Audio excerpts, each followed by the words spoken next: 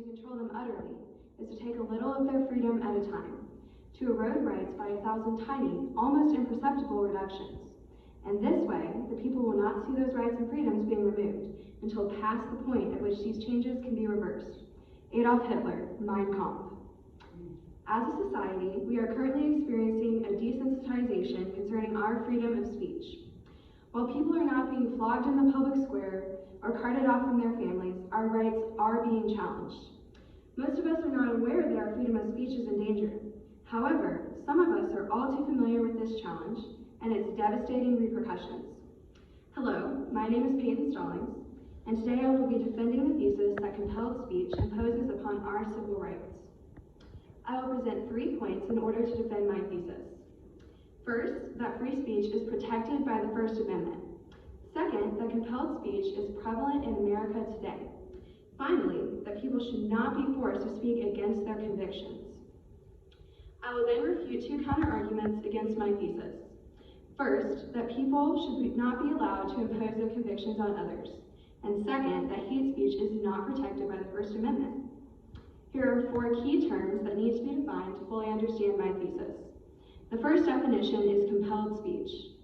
Compelled speech is a transmission of expression required by law. The second is the First Amendment. The First Amendment states that Congress shall make no law respecting an establishment of religion, or prohibiting the free exercise thereof, or abridging the freedom of speech, or of the press, or of the right of the people peaceably to assemble, and to petition the government for a redress of grievances. The third definition is free speech. Free speech is the legal right to express one's opinions freely. The fourth definition is hate speech. Hate speech is abusive or threatening speech or writing that expresses prejudice against a particular group, especially on the basis of race, religion, or sexual orientation. My first argument is that free speech is protected by the First Amendment. We all have convictions and firmly held beliefs or opinions, whether they regard something as simple as what fast food restaurant is the best, or as complex as what political party you choose to align with. These convictions should be respected by your peers and are protected by the First Amendment, or so every single American citizen should hope. The compelled speech doctrine sets out the principle that the government cannot force an individual or group to support a certain expression. Thus, the First Amendment not only limits the government from punishing a person for his speech, it also prevents the government from punishing a person for refusing to articulate, advocate, or adhere to the government's approved messages. It is a violation of the constitutional rights of a United States citizen to compel them to say things that violate their conscious or religious convictions. In the case of West Virginia versus Barnett, the West Virginia Board's policy requiring students and teachers to recite the Pledge of Allegiance was unconstitutional. In this case, the court ruled that a state cannot force children to stand, salute the flag, and recite the Pledge of Allegiance.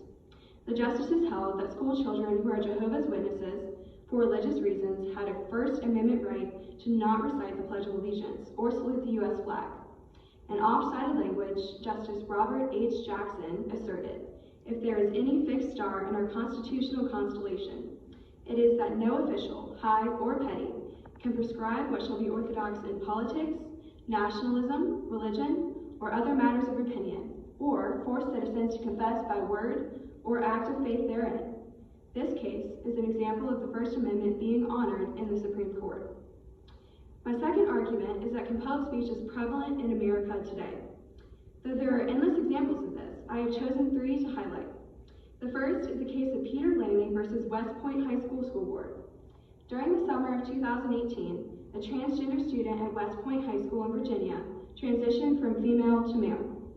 The student requested that the French teacher, Mr. Blaming, now call the individual by a new masculine name and use masculine pronouns. Peter Blaming resolved to use only the student's newly chosen name, but to avoid the use of pronouns altogether. The student in Blaming's class decided to switch gender after being in Blaming's class for 2 years, while identifying as a female, which is the individual's biological gender. The student knew of Blaming's religious convictions, but still felt that he should address her using male pronouns. Blaming described an encounter he had with the student saying, "She came to me and said, 'I heard that you've referred to me as a girl outside of the classroom.' My response to this was, 'Let's stop here and get a few things straight. First of all, I like you. I like who you are. I'm glad you're in French class, and I'm not supposed to say this, but you're one of my favorite students. I find you charming, I find you witty, I like your sense of humor, and you happen to be really good at French. And second of all, your adoption of this new identity. It's a big transition, so extend me a little grace. We left that meeting, and she was satisfied, and she told her mother as much. This seemed like the perfect compromise between the two. They were agreeing to focus on the positive elements of their relationship and extend grace to each other in regards to their differences on her gender identity. Later, Mr. Blaming led a class where his students wore virtual reality goggles and while doing so walked around the classroom following the directions of a fellow student directing them in French around obstacles. The transgender student was heading towards a wall, and in an attempt to save the student from a collision, Peter yelled out, "Don't let her hit the wall." This was the final straw for the student, and she withdrew from the class. When Blaming called the student she, he put his hand to his mouth with clear regret. But by the end of the day, he was summoned by the principal and put on administrative leave, based off of what he had said. A week later, he was given an ultimatum requiring that he sign an agreement stating that he would proactively use male pronouns to be allowed back into the classroom. This means that he was required to not only use male pronouns when a pronoun would be necessary, but that he should pursue the opportunity to address the student using male pronouns.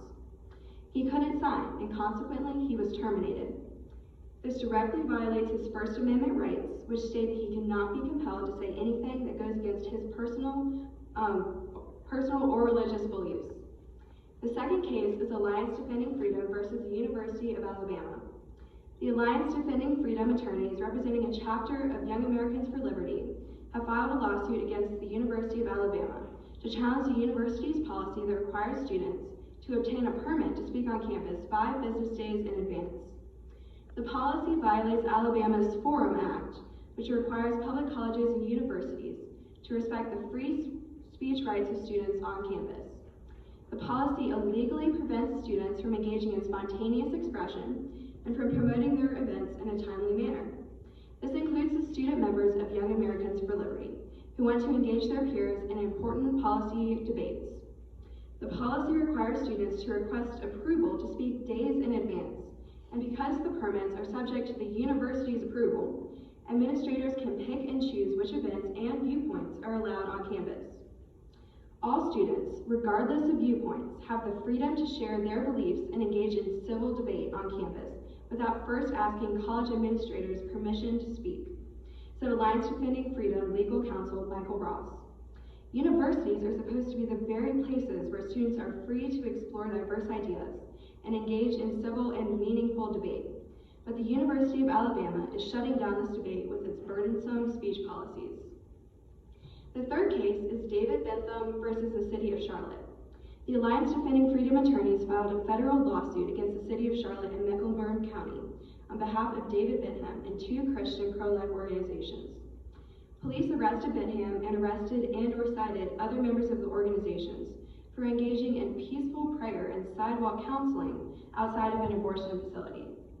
As a letter Alliance Defending Freedom sent to the city explained, the arrest shouldn't have occurred because Bentham, president of the nonprofit Christian charity Cities for Life, and the other pro-life individuals associated with the Christian ministry complied with all applicable emergency orders and proclamations related to the coronavirus crisis.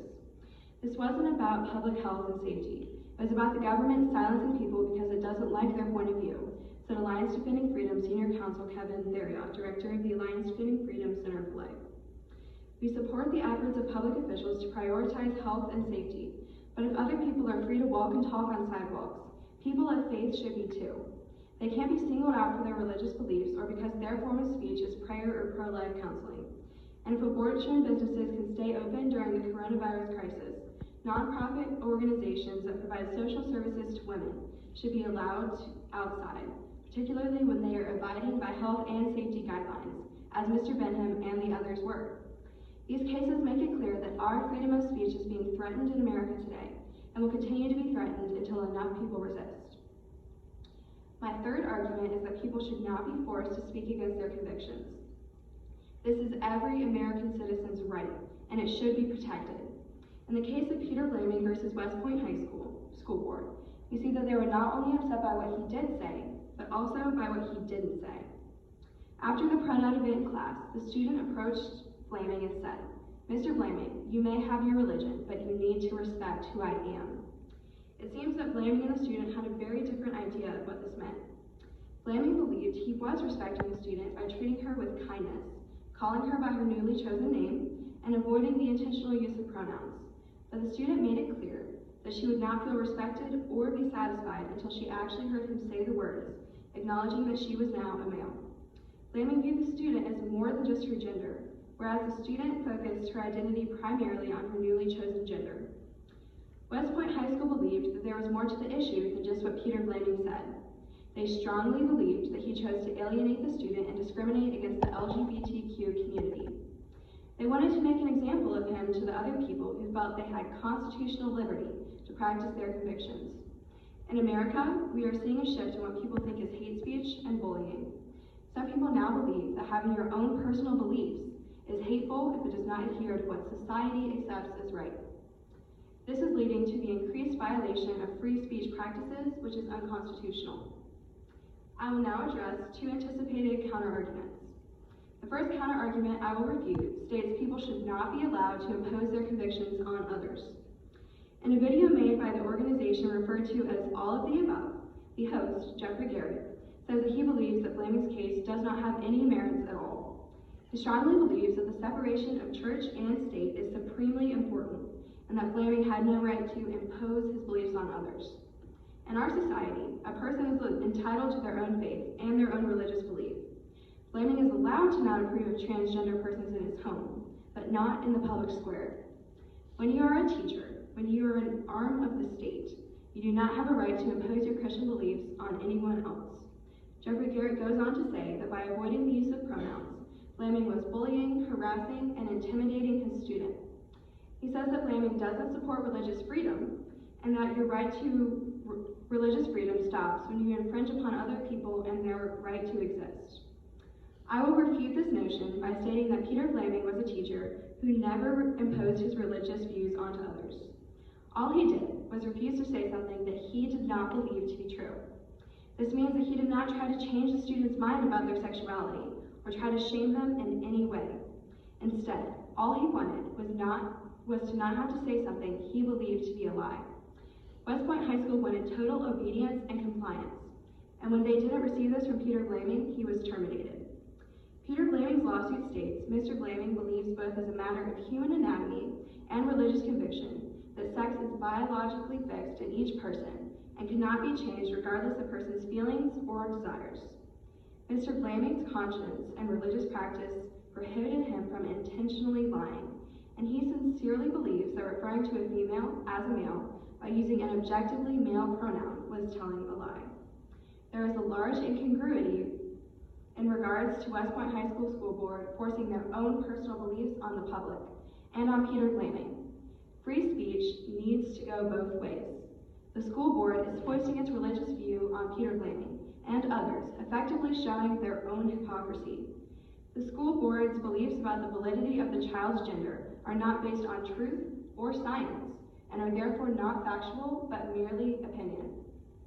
The second counter-argument I will refute is that Christian beliefs are hate speech, and therefore not protected by the First Amendment. The exceptions to the First Amendment are as follows: fighting words, obscenity, child pornography, libel and slander, and crimes involving speech or threats. Government may prohibit the use of fighting words, which is speech that is used to inflame another and will likely incite physical retaliation. Likewise, language that is meant to incite the masses towards lawless action is not protected. The test for fighting words is whether an average citizen would view the language as being inherently likely to provoke a violent response.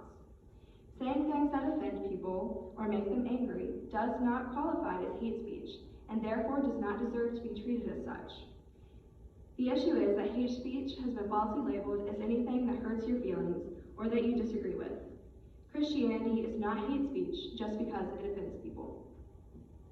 Freedom of speech is an essential principle, not just because it is constitutional, but also because it is biblically and morally sound. The Bible encourages us to speak truthfully and to speak up for what is right. We see a great example of this in the story of Queen Esther. Esther had to save the Jewish people by going before the king and asking him to spare them, even though he had not summoned her. It was against the law for her to speak to the king without his permission, but her cousin Mordecai encouraged her by speaking the truth in love. For if you keep silent at this time, relief and deliverance will rise for the Jews from another place, but you and your father's house will perish. And who knows whether you have not come to the kingdom for such a time as this. Esther 4:14. Though she knew she might be scrutinized and even killed by the king, she understood the importance of her speech and freely spoke the truth. Freedom of speech is a fundamental human right. It reinforces all other human rights, allowing society to develop and progress. The ability to express our opinion and speak freely is essential to bring about change in society. Rachel Jolly, editor of Index magazine, believes that free speech is crucial for change.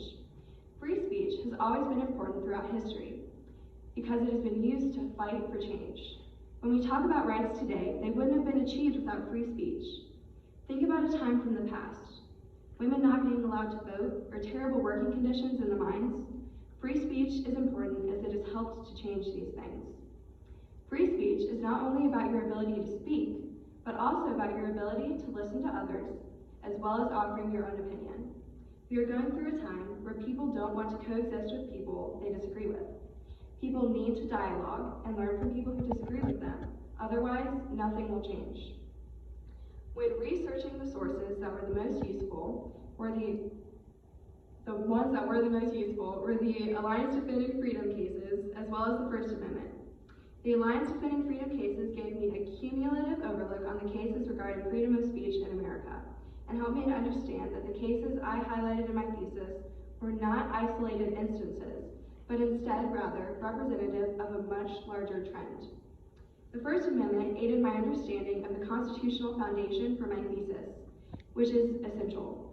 The least helpful sources were the numerous articles on the Peter Blaming case that were more focused on opinion about transgender individuals and religion than on legal facts of the case and Peter Blaming's First Amendment rights. My thesis topic and perspective is inspired by the case of Peter Blaming versus West Point High School School Board. Peter Blaming and his family have been family friends for as long as I can remember, and have had a very positive influence on my family. Peter's wife, Natalie, was our nanny, and when I was young, I have witnessed the Blamings' commitment to Christ being lived out through various seasons. Their unwavering faith through the fire has left a lasting impression on my life. The topic of the violation of free speech in America is ultimately important to every single American citizen. These are people who are being silenced and forced into compliance. They are losing their jobs and their businesses because they will not say things that fit the current cultural narrative. All Americans must be aware that we are not guaranteed our freedoms we have long enjoyed, but must instead fight every day to protect and preserve these hard-won liberties. If liberty means anything at all, it means the right to tell people what they do not want to hear. George Orwell. As a society, we need a wake-up call before it is too late. America's freedom of speech is under attack, and piece by piece it is being dismantled. The only way to stop this erosion and to protect our fundamental freedoms is for the American people to defend it. A recent example of this defense effort took place right here in the Commonwealth of Virginia, when Virginians took action at the ballot box during our gubernatorial election. Parents of Virginia had the curtain pulled back on the school board, school administration, and government officials' desire to limit their freedom of speech. When parents showed up at the school board meetings to voice their concerns and request their opinions be considered regarding the teaching of critical race theory, mask mandates, and involuntary vaccination mandates, they were labeled terrorists, and the National School Boards Association sent a letter to the Justice Department asking that they be investigated simply because they had the audacity to challenge the school board's policies. Candidate McAuliffe made his support of these actions clear when he stated in a televised debate, "I don't think parents should be telling the schools what they should teach." McAuliffe's opponent, Glenn Youngkin, stood in direct opposition to McAuliffe's position and promised to respect Virginia parents and listen to their opinions. He vowed that, under their leadership, they would be allowed to freely speak their opinions regarding what happens in Virginia public schools. Virginians had a clear choice and spoke loudly in favor of Youngkin and their right to free speech when they elected him as Virginia's governor. This is a great example of how we are not powerless and are indeed capable of bringing about change and protecting our freedoms in America today. The freedom of speech, which includes freedom from compelled speech, is the bedrock of and linchpin in every other freedom we hold dear. We have been entrusted by every generation before us to protect our freedoms just as they did, with every fiber of our being. Looking ahead, I plan to join organizations such as Turning Point USA and UVA College Republicans while attending the University of Virginia. These organizations have both advocated for the freedom of speech in America as well as on campus. I plan to use these platforms to advocate on campus and have meaningful dialogue. The most important thing I can think about to do to protect our freedom of speech in America is to listen. To listen respectfully, not just to those whose opinions I agree with, but to listen thoughtfully to all voices and to protect everyone's right to free speech. Thank you.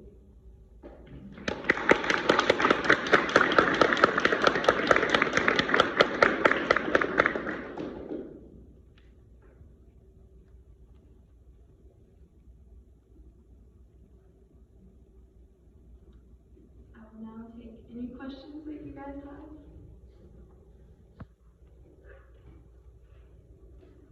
I have a question. Okay. This one's more theological in nature. Great presentation, by the way. Thank you for your hard work on this and your research.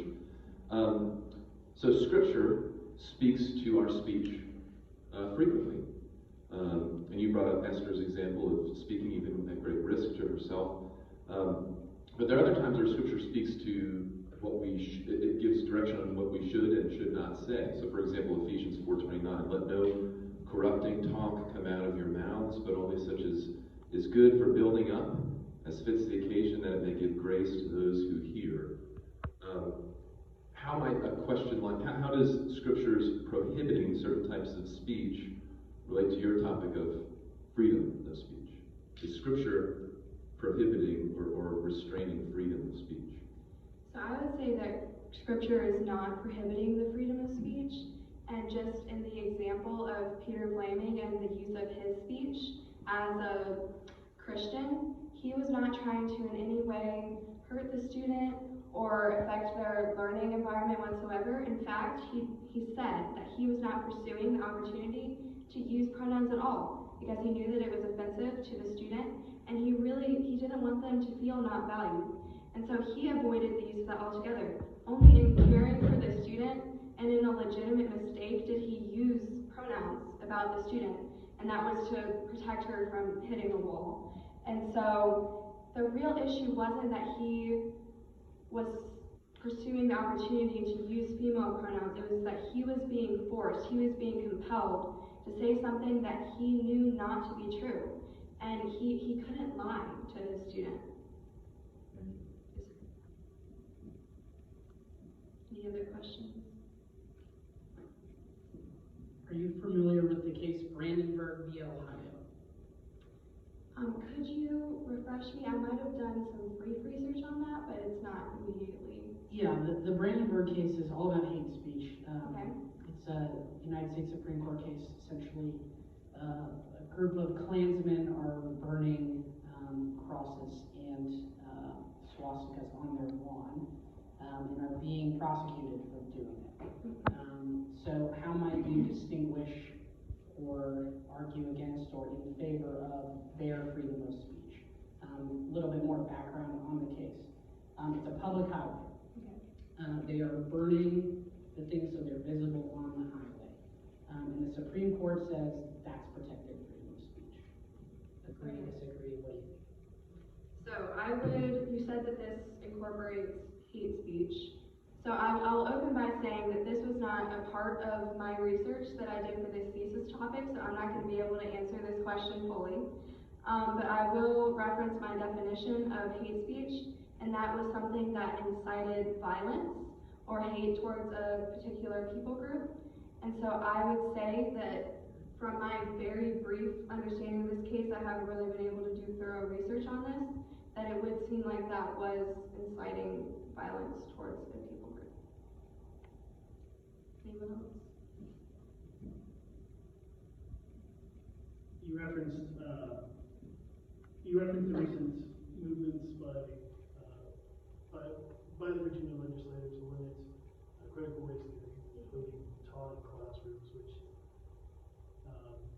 I'd be interested to hear your thoughts on whether that is, where does that fall in the spectrum of limiting free speech, because doesn't that seem to be somebody's perspective, and how does it, where does it fit into one of the exceptions that should be barred from speech? And what about the other actions too that have been taken, for example, the removal or banning of certain books from libraries? Do you feel that that is an attack on free speech? So I would say that my thesis statement really has nothing to do with the beliefs of critical race theory or anything that applies to that, for example, books, but instead has everything to do with the American people's rights to advocate for what they believe. And so I wouldn't delve into the differing opinions about critical race theory, but instead would say everyone has their right to their opinion, and therefore I would love to hear everyone's perspective on that issue, and that's what I'm arguing, is freedom of speech for everyone involved.